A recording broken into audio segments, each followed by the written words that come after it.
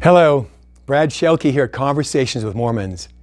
This is part 9 of God's testimony as my secret weapon for witnessing to Mormons, as well as for thriving in life. Last week I said Mormons speak much of seeking to follow Jesus' example in doing what is good and right.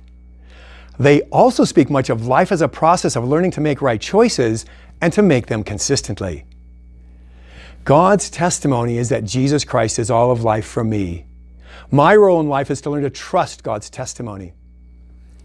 Last week we saw that Jesus as the two-edged sword is God's way to pierce and heal my heart. Why does my heart need to be healed? The Freedom of Self-Forgetfulness is a wonderful little book. It's the transcript of a lecture by Timothy Keller. Keller uses 4 words to describe the human ego. At birth, my ego was empty, fragile, painful, and busy. Why is that true? My ego bears the image of God, but not the reality of God. This is a big deal because as a person, I realize I need the reality of God at every moment. Where will I go to get it? It's futile to seek reality in myself, but I do it often, even more than I want to admit. This is the source of my insecurity and leads to a fragile, painful, busy existence. Since Jesus is all of life for me, this means He's both the reality I crave and the way for me to deal honestly with my insecurities. This is why I always begin my conversations with the truth that God created every human to always be a person and never merely an object. This is a critical point because every one of us is obsessed with controlling ourselves and others through making them objects rather than valuable people created by God. We don't even notice we're doing it.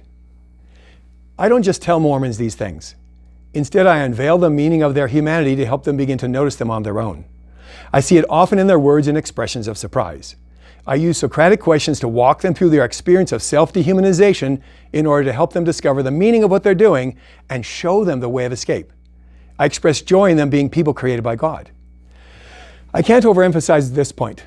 My ego is empty, fragile, painful, and busy, and so is yours. This leads us into such an unwitting obsession with control that we don't notice the meaning and source of our self-condemning thoughts. And let's be honest, we're usually so insecure we can't even admit we're insecure.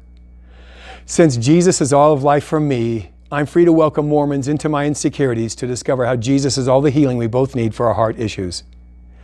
Next week, we'll look closer at what's wrong with my heart, and I'll mention the punchline in Keller's book. Until then, why not consider Keller's 4 words and see if they really do apply to you? Are you as insecure as I am? While pondering this, why not join me in thanking God for sending Jesus Christ to die in your place, to be your security blanket? Welcome to the conversation.